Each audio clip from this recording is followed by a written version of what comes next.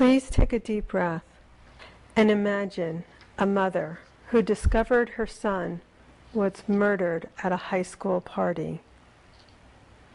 Now imagine a retired couple who lost all of their money to a dishonest financial advisor.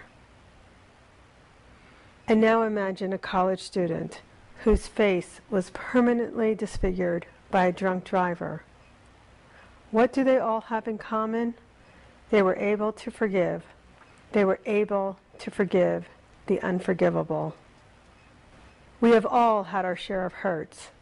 For me, my parents divorced when I was 4 years old, and I felt abandoned and rejected by my father. And then, after 10 years of marriage, when I went through my own divorce, it triggered me right back to those same feelings of abandonment. I had heard about forgiveness, but I really didn't understand what it was.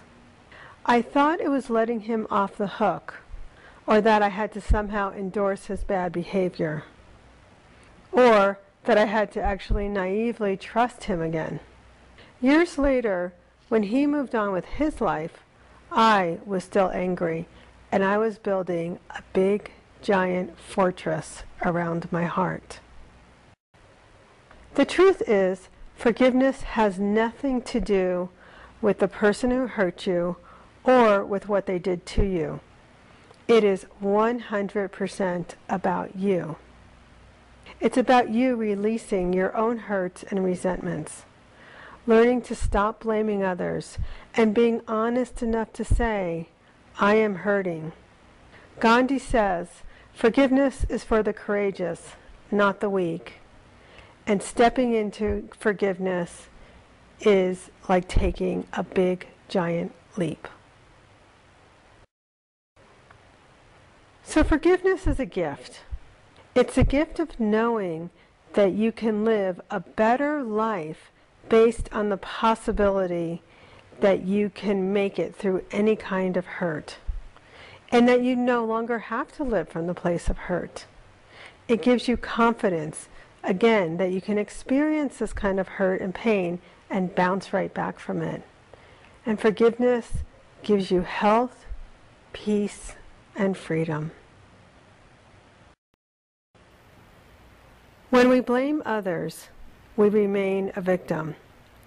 And if you stay in victim mode, you cannot make the changes that you need to make in your life. Have you ever hurt someone else? Imagine that your entire life is defined by that one moment, your worst moment, where you've really hurt someone else. Have you ever asked someone else for their forgiveness and been denied that forgiveness? Worse yet, have you ever not forgiven yourself? We withhold forgiveness from ourselves, and we beat ourselves up for our mistakes. Shame and guilt are ugly beings, and they become habit-forming. I do not recommend them. I want to tell you the story of two people who have lost their children as a result of their own actions. Both of these stories are true. The first story took place when I was 8 years old, and my father's best friend also had an 8-year-old son. One morning, they were going fishing, and he fell asleep at the wheel. His son was killed in that accident. Another was Brenda Slaby, a woman who was on Oprah and was actually termed the most hated mother in America. She was married with 2 children, and her husband asked her to take their youngest child to nursery school before work that morning. It was usually his job. Well, she was rushing around all morning long to get ready for work. She actually picked up donuts on the way to work, and after 8 hours of being at work, the police came in and told her that her daughter was dead in the back seat in her car seat. She forgot to take her daughter to nursery school. But here's where forgiveness is so important.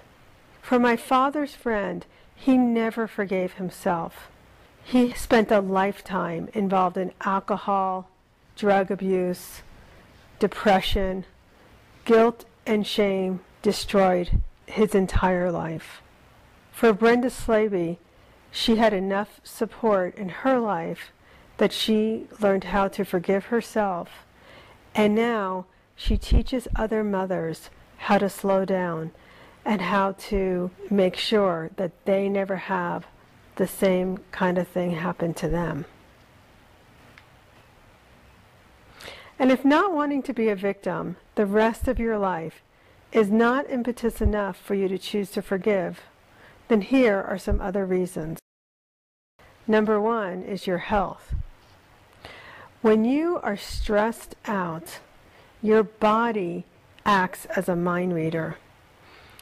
Your adrenal glands start pumping out cortisol, and when those cortisol levels are high, your body literally goes into fight or flight mode, and your immune system cannot work well.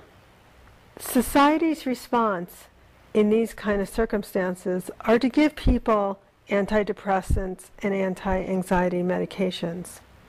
However, the Forgiveness Project, in cooperation with the Cancer Treatment Centers of America, has stated that cancer and other life-altering diseases can benefit from forgiveness.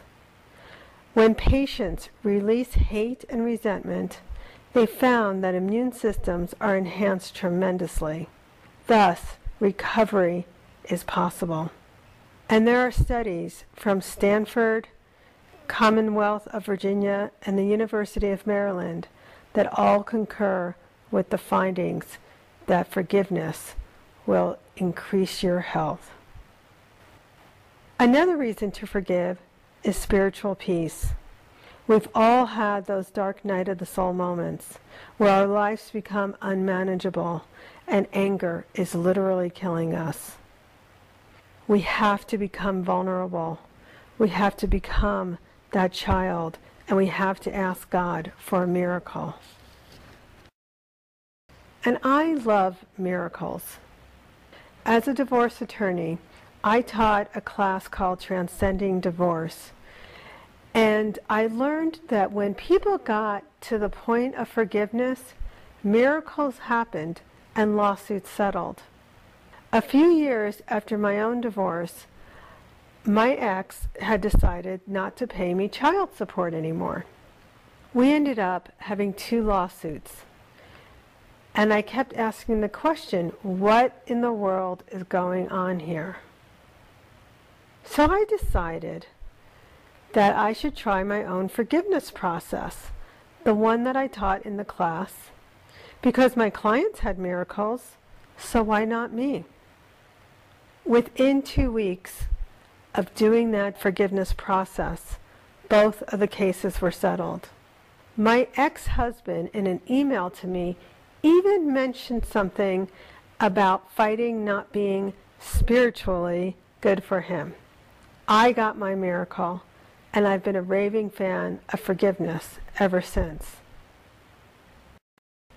What you see here is a picture of me with both of my ex-husbands, my son, and my current husband. This is where forgiveness takes you. Think about it. How much time and energy have you spent wasting your life in anger and hurt? Forgiveness has changed my life, and I know it can change your life too. So how do you tap into this gift of forgiveness? First, you need to make an intellectual choice that you are going to forgive. Next, you need to take personal responsibility for your piece of the situation. Now, that might be hard to do if the incident happened when you were a child, but certainly for all the incidents that you've been involved with as an adult, you can take and find your personal responsibility. Next, find the gift in the situation. And I love talking about this because there is always a gift. For example, let's say you grew up in an alcoholic, abusive family. You might be extremely self-reliant, or you might be a great mediator. That is your gift. there is always a gift. Additionally, you need to love yourself. And if you don't love yourself, you need to be willing to make the changes that it will take to love yourself. And you know what that means? That means being vulnerable. Another thing you can do is start building your forgiveness muscle. And you do this by forgiving those daily events. The person who cuts you off in traffic, the boss who yells at you and embarrasses you in front of other people, even that teenager who comes into the house and calls you an idiot. Forgive all those small daily events. And finally, if you feel like you can't do this alone, sit down and have a conversation with God and ask for a miracle.